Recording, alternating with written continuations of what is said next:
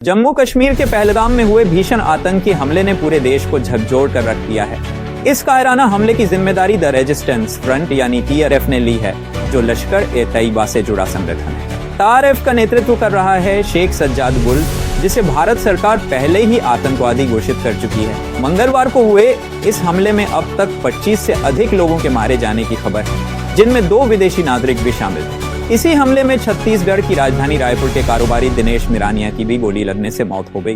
दिनेश मिरानिया समता colony के निवासी थे और अपने परिवार के साथ गर्मियों की छुट्टियां मनाने बैसरन घाटी गए हुए थे। उनके परिवार के अन्य सदस्य इस वक्त पहलगाम के लिए रवाना हो चुके हैं। TRF का दावा है कि वह स्थानीय उत्पीड़न के खिलाफ लड़ रहा है, लेकिन जांच में साफ हो चुका है कि इसकी फंडिंग लश्कर-ए-तैयबा जैसे आतंकवादी संगठनों से होती है। 2022 में मारे गए 172 आतंकियों में से 108 TRF से जुड़े थे।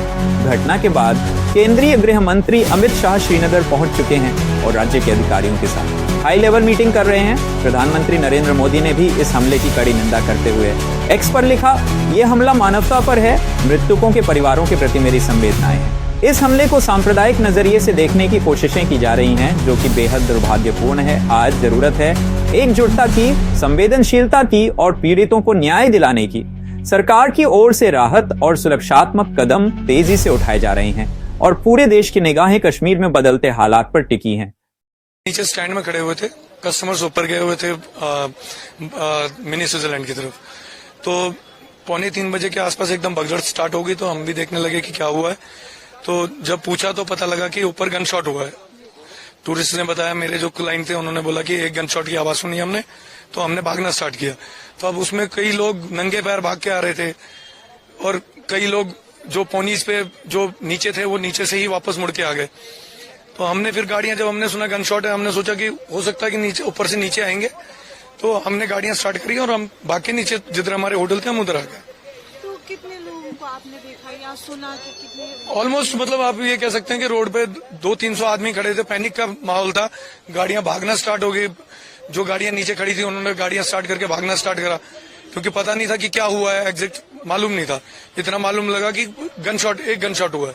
तो कुछ आपने देखा इंजर्ड या इंजर्ड इन द सेंस किसी के कोनी में लगी हुई थी, किसी के पैर में लगी हुई थी, इतना हमने देखा। बॉडीज हमने नहीं देखी। तो आपको क्या लगता है इससे कितना इम्पैक्ट पड़ेगा? इम्पैक्ट ये है कि जब अभी तो फिलहाल हम बात कर रहे हैं जो जिंदगियां गई हैं, इम्पैक्ट काम का ही है। चलिए वो तो हम अभी उसकी बात ही नहीं कर रहे। अभी इम्पैक्ट ये है कि जो लोगों की जिंदगी गई उनके फैमिलीज पे क्या इम्पैक्ट पड़ेगा। और हमारे ऊपर जो ये स्टैंप लग गया यहाँ टूरिज्म पे, ये धुले ही नहीं धुलेगा। चाहे हम कुछ भी करेंगे, इसके बाद ये साफ नहीं होगा हमारे सर पे से। और जो लोग भी इसमें इन्वॉल्व हैं, वो ऐसा पनिश होने चाहिए ताकि आने वाले वक्त में लोगों को याद। इस तरह से जम्मू कश्मीर के जो पहलगाम में उसमें टेरर अटैक हुआ है, इस अटैक की हम बहुत निंदा करते हैं। जिस प्रकार से ये अटैक किया गया और नाम पूछकर मारना, ये अपने आप में बहुत ही गलत इस प्रकार का काम हुआ है।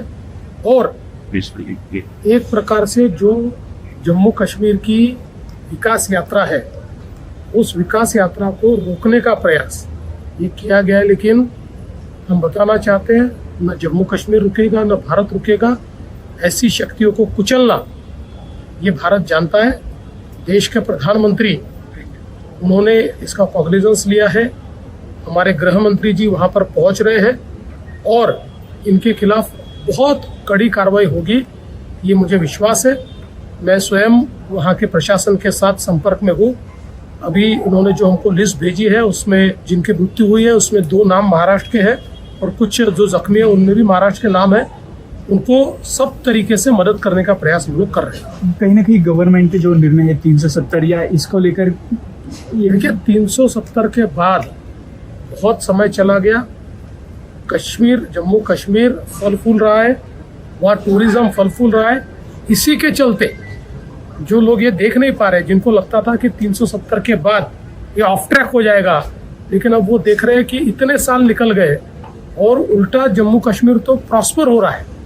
तो ऐसी ताकतें ये प्रॉस्पेरिटी नहीं देख सकती जो जम्मू कश्मीर की, वो ये प्रयास करें।